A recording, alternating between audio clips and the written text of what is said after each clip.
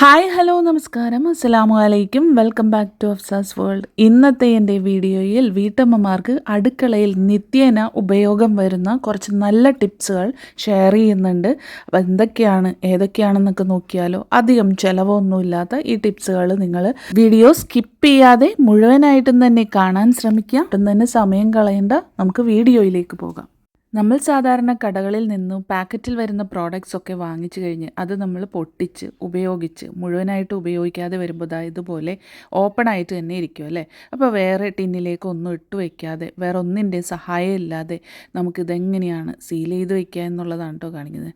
കണ്ടോ, ഇത് കണ്ടില്ലേ, റബ്ബർ ബാൻഡൊക്കെ വെച്ചിട്ടാണ് സാധാരണ നമ്മൾ ടൈറ്റ് ചെയ്തൊക്കെ വെക്കുന്നത്. ഇനി അങ്ങനെ ചെയ്യാതെ നമുക്ക് ഒന്നിൻ്റെയും ആവശ്യമില്ലാതെ തന്നെ ബാക്കി വരുന്ന സ്റ്റഫ് നമുക്ക് സീൽ ചെയ്ത് വയ്ക്കാൻ പറ്റുന്നൊരു എളുപ്പപ്പണിയാണ് കേട്ടോ പറയുന്നത്. ഞാനിവിടെ നല്ല ഒരു വലിയ തവി തന്നെ എടുത്തിട്ടുണ്ട്, ഒരു സ്റ്റീലിൻ്റെ തവി എടുത്തിട്ടുണ്ട്. ഇനി ഇത് നന്നായിട്ടൊന്ന് ചൂടാക്കിയെടുക്കാം. ലൈറ്റർ ഉപയോഗിച്ചോ അല്ലെങ്കിൽ ഗ്യാസിൻ്റെ ആ സ്റ്റൗവിൽ കാണിച്ചോ നമുക്കിതൊന്ന് നന്നായിട്ട് ചൂടാക്കിയെടുത്ത് ഇതുപോലെ ഒന്ന് പതുക്കെ ഒന്ന് പ്രസ് ചെയ്തിട്ട് നമ്മൾ കട്ട് ചെയ്ത് വെച്ചിരിക്കുന്ന ആ ഒരു കവറിൻ്റെ ഭാഗത്ത് വെച്ച് കൊടുക്കുകയാണെന്നുണ്ടെങ്കിൽ അത് നന്നായിട്ട് സീൽ ചെയ്തിരിക്കുന്നതാണ്.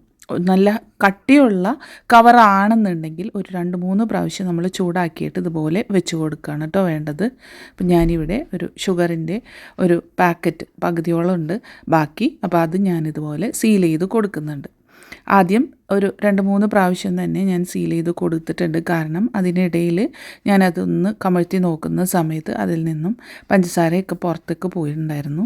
അപ്പോൾ അതുകൊണ്ട് തന്നെ നമ്മളത് കംപ്ലീറ്റ് ആയിട്ട് സീൽ ചെയ്യുന്നത് വരെ 2-3 പ്രാവശ്യമായിട്ട് ഇതൊന്ന് ചെയ്തെടുക്കുകയാണെന്നുണ്ടെങ്കിൽ അത് നല്ല പോലെ തന്നെ അത് സീൽ ചെയ്തിരിക്കുകയും ചെയ്യും. പ്രാണികളോ പാറ്റകളോ ഒന്നും കയറാതെ നമുക്ക് സൂക്ഷിക്കാനായിട്ട് പറ്റുന്നതാണ് കേട്ടോ. അപ്പോൾ ഞാനിത് 2-3 പ്രാവശ്യം തന്നെ ചൂടായ തവി വെച്ചിട്ട് ഇത് നന്നായിട്ടൊന്ന് ഒട്ടിച്ച് കൊടുത്തിട്ടുണ്ട്. കണ്ടില്ലേ, ഇതിൽ നിന്നും ഇപ്പോൾ പഞ്ചസാരയൊന്നും പുറത്തേക്ക് പോകുന്നില്ല. ഈ രീതിയിലൊന്ന് ട്രൈ ചെയ്ത് നോക്കാൻ മറക്കരുത് കേട്ടോ. ഇനി അടുത്തതായിട്ട് പറയുന്ന ടിപ്പ്, നമ്മൾ സാധാരണ ഒലീവ് ഓയിലൊക്കെ ഉപയോഗിക്കുന്നവരാണ്. ഹെൽത്തി ആയിട്ടുള്ള സാലഡുകളൊക്കെ ഉണ്ടാക്കാനായിട്ട്, സാലഡുകളും ഹെൽത്തി ആയിട്ടുള്ള ഡിഷസൊക്കെ ഉണ്ടാക്കാൻ ഒലീവ് ഓയിൽ മസ്റ്റാണ്. ഇപ്പോൾ എല്ലാവരും ഉപയോഗിക്കുന്നതാണ്. പക്ഷേ ഈ ഒലീവ് ഓയിലിൻ്റെ ടേസ്റ്റ് എല്ലാവർക്കും ഇഷ്ടപ്പെടണം എന്നില്ല. അങ്ങനെയുള്ളവർക്ക് ട്രൈ ചെയ്യാൻ പറ്റിയ നല്ലൊരു കിടിലൻ ടിപ്പാണ് ഞാൻ പറഞ്ഞു തരുന്നത്. ഒരു നുള്ള് ജീരകം ഇതൊന്ന് റോസ്റ്റ് ചെയ്തെടുക്കാം. ഇത് ഒലീവ് ഓയിലിൻ്റെ കുപ്പിയിലേക്ക് ഡയറക്റ്റ് നമുക്ക് ഇട്ട് കൊടുത്ത് യൂസ് ചെയ്യാം. സാലഡ് ഡ്രസ്സിങ്ങിൻ്റെ ഒക്കെ സമയത്താണെന്നുണ്ടെങ്കിൽ ഒലീവ് ഓയിലിലേക്ക് നമുക്ക് ഒരു നുള്ള് ജീരകത്തിൻ്റെ പൊടി ഇട്ട് കൊടുത്ത് ഇളക്കി യോജിപ്പിച്ചാലും മതിയാകും കേട്ടോ. ഇനി അടുത്തത്, ബിസ്ക്കറ്റൊക്കെ നമ്മൾ ഉപയോഗിച്ച് പാക്കറ്റൊക്കെ പൊട്ടിച്ച് ഉപയോഗിച്ച് ബാക്കി വരുന്നത് അത് നമുക്ക് അതിൻ്റെ ആ ഒരു ഫ്രഷ്നെസ് നഷ്ടപ്പെടാതെ അല്ലെങ്കിൽ തണുത്ത് പോകാതെ നമുക്ക് എങ്ങനെയാണത് സൂക്ഷിച്ച് വെക്കാം എന്നുള്ളതാണ് കേട്ടോ കാണിക്കുന്നത്. അപ്പോൾ സാധാരണ നമ്മൾ ഒരു കണ്ടെയ്നർ ബോക്സിലേക്കോ ബോട്ടിലേക്കോ ഒക്കെ ഇട്ട് വയ്ക്കും.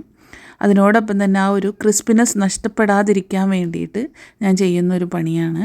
അതിലേക്ക് ഒരു പിടി അരി, ഏതരി ആയാലും കുഴപ്പമില്ല, ഒരു പിടി അരി ഞാൻ ആ ഒരു പാത്രത്തിലേക്ക് ഇട്ട് കൊടുത്തിട്ട് ആ ജാറൊന്ന് ടൈറ്റ് ചെയ്ത് വെക്കുകയാണെന്നുണ്ടെങ്കിൽ നമ്മൾ എങ്ങനെയാണോ അത് കടയിൽ നിന്നും വാങ്ങിയത് അതേപോലെ തന്നെ തണുത്തൊന്നും പോകാതെ ക്രിസ്പിനെസ് നഷ്ടപ്പെടാതെ ഫ്രഷായിട്ട് തന്നെ നമുക്ക് കഴിക്കാനായിട്ട് പറ്റുന്നതാണ് കേട്ടോ. അപ്പോൾ എന്തായാലും ഇതൊന്ന് ട്രൈ ചെയ്ത് നോക്കാം. ഇനി അടുത്തത്, അവക്കാഡോ ഒക്കെ നമ്മൾ പുറത്തുനിന്ന് വാങ്ങി കഴിക്കുന്ന സമയത്ത് അതിൻ്റെ ആ ഒരു ഫ്രൂട്ട് ഫ്രഷ് ആണോ ഇല്ലേ എന്നുള്ളത് നമുക്ക് എങ്ങനെ മനസ്സിലാക്കാം എന്നുള്ള ടിപ്പാണ് കേട്ടോ. അപ്പോൾ അതിൻ്റെ ആ ഒരു അവക്കാഡോയുടെ ഈ ഒരു ഭാഗത്ത് ഒരു ഞെട്ടുണ്ടാകും. ആ ഞെട്ടൊന്ന് തുറന്ന് നോക്കുകയാണെന്നുണ്ടെങ്കിൽ ഇതുപോലെ പച്ച കളർ, നല്ല ഫ്രഷ് ആണെന്നുണ്ടെങ്കിൽ നല്ല പച്ച കളറായിരിക്കും. അല്ല ഒരു മങ്ങിയ കളറാണെന്നുണ്ടെങ്കിൽ ഒത്തിരി നാൾ കേടാകാതെ ഇരിക്കാനുള്ള ചാൻസ് കുറവാണ്. അപ്പോൾ പെട്ടെന്ന് തന്നെ യൂസ് ചെയ്യേണ്ടതായിട്ട് വരും. അല്ല ഇനി ഒരു ബ്ലാക്കിഷ് കളർ, ഒരു കറുത്ത കളറോട് കൂടിയിട്ടാണെന്നുണ്ടെങ്കിൽ ആ ഒരു അവക്കാഡോ ചീത്തായി തുടങ്ങിയിട്ടുണ്ട്. അപ്പോൾ പൈസയൊക്കെ കൊടുത്ത് വാങ്ങുന്ന സമയത്ത് ഇതെല്ലാം ഒന്ന് ശ്രദ്ധിക്കുകയാണെന്നുണ്ടെങ്കിൽ നമുക്ക് ഫ്രഷ് അവക്കാഡോ ജ്യൂസ് അടിച്ച് കുടിക്കാനായിട്ട് പറ്റുന്നതാണ്. ഇനി അടുത്തതായിട്ട് പറയുന്ന ടിപ്പ്, മക്കളുടെ ഫ്ലാസ്കുകളൊക്കെ ഒരുപാട് നാൾ നമ്മൾ ഉപയോഗിക്കാതെ മാറ്റി വയ്ക്കുകയാണെന്നുണ്ടെങ്കിൽ അതിലൊരു സ്മെല്ലൊക്കെ വരുന്നതാണ്.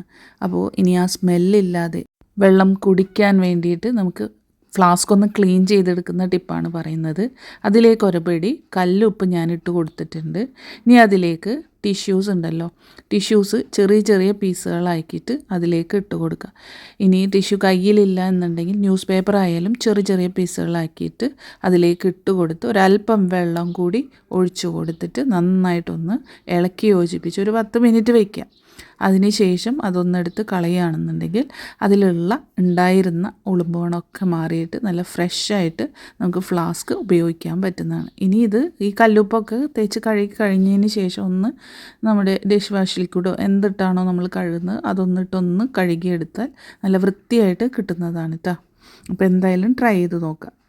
ഇനി അടുത്തതായിട്ട് പറയുന്ന ടിപ്പ് സാധാരണ എല്ലാ വീട്ടമ്മമാർക്കും സംഭവിക്കുന്നതാണ്. ഇടയ്ക്കെങ്കിലുമൊക്കെ നമ്മുടെ പാത്രങ്ങൾ കരിഞ്ഞു പോകും. ആ കരിഞ്ഞ പാത്രം വൃത്തിയാക്കിയെടുക്കുക എന്നുള്ളത് നല്ലൊരു ടാസ്ക് തന്നെയാണ്.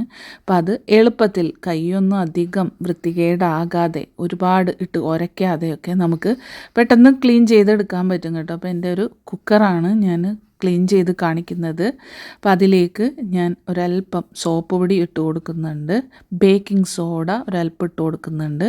ഇനി അതിലേക്ക് നികയ്ക്കിയ വെള്ളം ഞാൻ ഒഴിച്ച് കൊടുക്കുന്നുണ്ട്. ചെറു ചൂടുവെള്ളം ഒഴിക്കുക, സാധാരണ വെള്ളമായാലും കുഴപ്പമില്ല കേട്ടോ, കാരണം ഇത് നമ്മൾ തിളപ്പിച്ചെടുക്കുന്നതല്ലേ.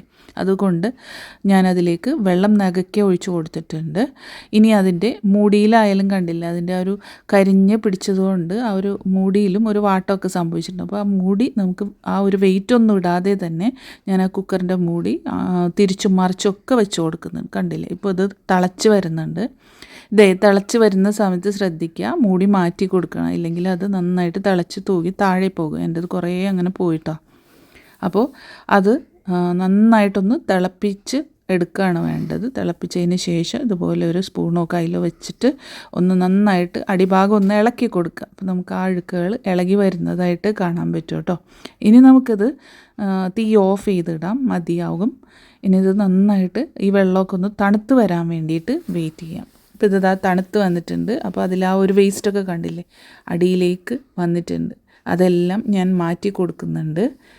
ഇനി ഇതിൽ അല്പം അടിയിൽ പറ്റിയിട്ടുണ്ട്. ഇത് നമുക്ക് ഒരു സ്ക്രബ്ബറോ സോഫ്റ്റ് സ്പഞ്ചോ വെച്ചിട്ട് ജസ്റ്റ് ഒന്ന് തൂത്ത് കൊടുത്താൽ തന്നെ പെട്ടെന്ന് തന്നെ ഇത് ഇളകി കിട്ടുന്നതാണ് കേട്ടോ. അപ്പോൾ ഞാനിതിവിടെ ഒരു പഴയ സ്ക്രബ്ബർ വെച്ചിട്ട്, സ്റ്റീൽ സ്ക്രബ്ബർ വെച്ചിട്ട് ജസ്റ്റ് ഒന്ന്, അധികം ഉരച്ചൊന്നും കഴുകുന്നൊന്നുമില്ല, ജസ്റ്റ് ഒന്ന് തിരുമ്മി കൊടുക്കുമ്പോൾ തന്നെ അതിലെ അഴുക്കുകളെല്ലാം പോയി കിട്ടുന്നതാണ്. ഇനി ഇതിങ്ങനെ കളഞ്ഞതിന് ശേഷം നമുക്കതൊന്ന് ഡിഷ് വാഷ് ലിക്വിഡ് വെച്ചിട്ട് നന്നായിട്ടൊന്ന് കഴുകിക്കളയുകയാണെന്നുണ്ടെങ്കിൽ നമ്മുടെ കുക്കർ പഴയതുപോലെ തന്നെ നമുക്ക് ലഭിക്കുന്നതാണ് കേട്ടോ. അപ്പോൾ എന്തായാലും ഈ ടിപ്പ് ട്രൈ ചെയ്ത് നോക്കുക.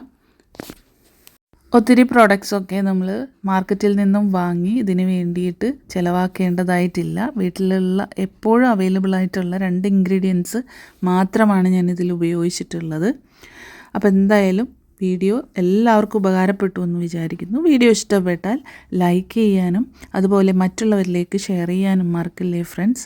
സബ്സ്ക്രൈബ് ചെയ്യാതെ ആരെങ്കിലും കാണുന്നുണ്ടെങ്കിൽ ഒന്ന് സബ്സ്ക്രൈബ് ചെയ്ത് കൂടി സപ്പോർട്ട് ചെയ്യാൻ മറക്കല്ലേ കേട്ടോ. തൊട്ടടുത്തുള്ള ബെല്ലൈക്കൺ ഓൾ എന്നുള്ള ഓപ്ഷൻ പ്രസ് ചെയ്യുകയാണെന്നുണ്ടെങ്കിൽ ഞാൻ ഇനി ഇടുന്ന വീഡിയോസ് നിങ്ങൾക്ക് അപ്പോൾ തന്നെ നോട്ടിഫിക്കേഷൻസ് ആയിട്ട് കിട്ടുന്നതായിരിക്കും. അപ്പോൾ ഇൻഷാ അല്ലാഹ് മറ്റൊരു വീഡിയോ ആയിട്ട് വരുന്നത് വരേക്കും എല്ലാ കൂട്ടുകാർക്കും താങ്ക് യു ഫോർ വാച്ചിങ്.